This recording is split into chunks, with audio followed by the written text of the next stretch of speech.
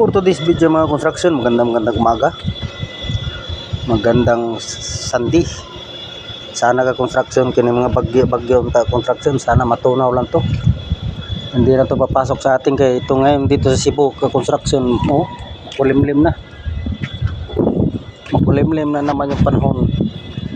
Sana ka construction, magdasal tayo na hindi na to tutuloy rito. Kawawa pa ng construction ng taga Cebu, hindi pa nakabangon. Nandito tayo nga sa Cebu. Yung bahay natin nasisira na. Sana lumayo lang tong bagyo construction, magdasal tayo ng buti araw-araw.